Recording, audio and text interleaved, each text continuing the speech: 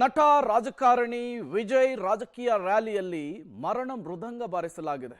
ಅರ್ಥಾತ್ 39 ಜನ ಕಾಲ್ತುಳಿತಕ್ಕೆ ಸಾವನ್ನಪ್ಪಿದ್ದಾರೆ. ತಮಿಳುನಾಡಿನ ಕರೂರಿನಲ್ಲಾದಂತಹ ಭೀಕರ ಕಾಲ್ತುಳಿತದ ಪ್ರಕರಣ. ಘಟನಾ ಸ್ಥಳಕ್ಕೆ ಎಡಿಜಿಪಿ ಡೇವಿಡ್ಸನ್ ಭೇಟಿಯನ್ನು ಕೊಟ್ಟಿದ್ದಾರೆ. ಸ್ಥಳೀಯ ಪೊಲೀಸರಿಂದ ಘಟನೆಯ ಬಗ್ಗೆ ಸಂಪೂರ್ಣ ಮಾಹಿತಿಯನ್ನು ಸಂಗ್ರಹಿಸಿದ್ದಾರೆ. ತಮಿಳುನಾಡಿನ ಕರೂರಿನಲ್ಲಿ ಭೀಕರ ಕಾಲ್ತುಳಿತದ ಪ್ರಕರಣ. ಒಂದು ಕಡೆ ನ್ಯಾಯಾಂಗ ತನಿಖೆ ಆಗ್ತಾ ಇದೆ, ಮತ್ತೊಂದು ಕಡೆ ಸ್ಥಳಕ್ಕೆ ಎಂಕೆ ಸ್ಟಾಲಿನ್ ಮುಖ್ಯಮಂತ್ರಿಗಳು ಭೇಟಿ ಕೊಟ್ಟಿದ್ದಾರೆ.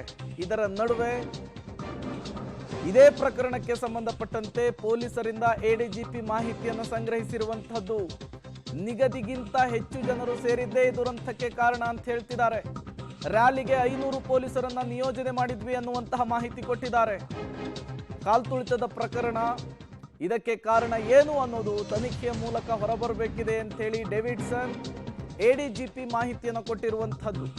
ಸ್ಥಳೀಯ ಪೊಲೀಸರಿಂದ ಘಟನೆಯ ಬಗ್ಗೆ ಮಾಹಿತಿಯನ್ನು ಪಡೆದುಕೊಂಡು ಈ ಹೇಳಿಕೆಯನ್ನು ಕೊಟ್ಟಿದ್ದಾರೆ.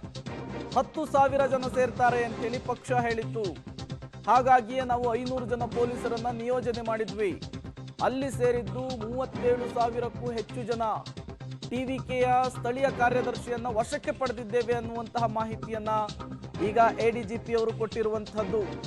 ಈ ಮೂಲಕ ಕಾಲ್ತುಳಿತದ ಪ್ರಕರಣದಲ್ಲಿ ತನಿಖೆಯನ್ನ ತಮಿಳುನಾಡು ಪೊಲೀಸರು ಚುರುಕುಗೊಳಿಸಿದ್ದಾರೆ. ತಮಿಳುನಾಡಿನಲ್ಲಿ ಘೋರ ದುರಂತ ಸಂಭವಿಸಿದೆ. ರಾಜಕಾರಣಿ ನಟ ವಿಜಯ್ ರಾಜಕೀಯ ರ್ಯಾಲಿಯಲ್ಲಿ ಘೋರ ದುರಂತ ಸಂಭವಿಸಿ 39 ಜನ ಸಾವನ್ನಪ್ಪಿದ್ದಾರೆ. ಇದಕ್ಕೆ ಕಾರಣ ಯಾರು? ಅಮಾಯಕರ ಸಾವಿನ ಹೊಣೆಯನ್ನ ಈಗ ಯಾರು ಹೊತ್ಕೊಳ್ತಾರೆ?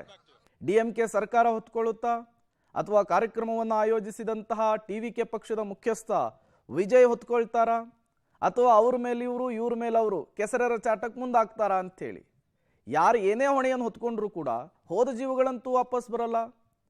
ರಾಜಕಾರಣಿಗಳನ್ನ, ಸಿನಿಮಾ ಸೆಲೆಬ್ರಿಟಿಗಳನ್ನ ನೋಡಬೇಕು, ಅವ್ರ ಕಾರ್ಯಕ್ರಮಗಳಿಗೆ ಹೋಗಬೇಕು ಅನ್ನೋರು ಸ್ವಲ್ಪ ಎಚ್ಚೆತ್ಕೊಳ್ಬೇಕು ಈ ರೀತಿಯ ದುರಂತಗಳನ್ನು ನೋಡಿ. ಆಮೇಲೆ ವಿಜಯ್ ಈ ರೀತಿಯ ರ್ಯಾಲಿಗಳ ವಿಚಾರದಲ್ಲಿ ಎಡುತ್ತಾ ಇರುವಂತಹದ್ದು ಇದೇ ಮೊದಲಲ್ಲ.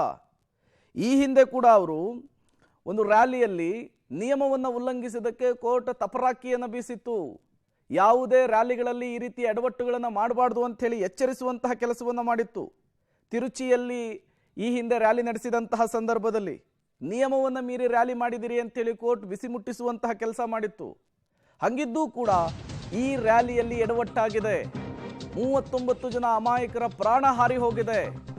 ಇದು ನಟ ವಿಜಯ್ಗೆ ಅತಿ ದೊಡ್ಡ ಸಂಕಷ್ಟವನ್ನು ತಂದಿಡುವ ಸಾಧ್ಯತೆ ಇದೆ.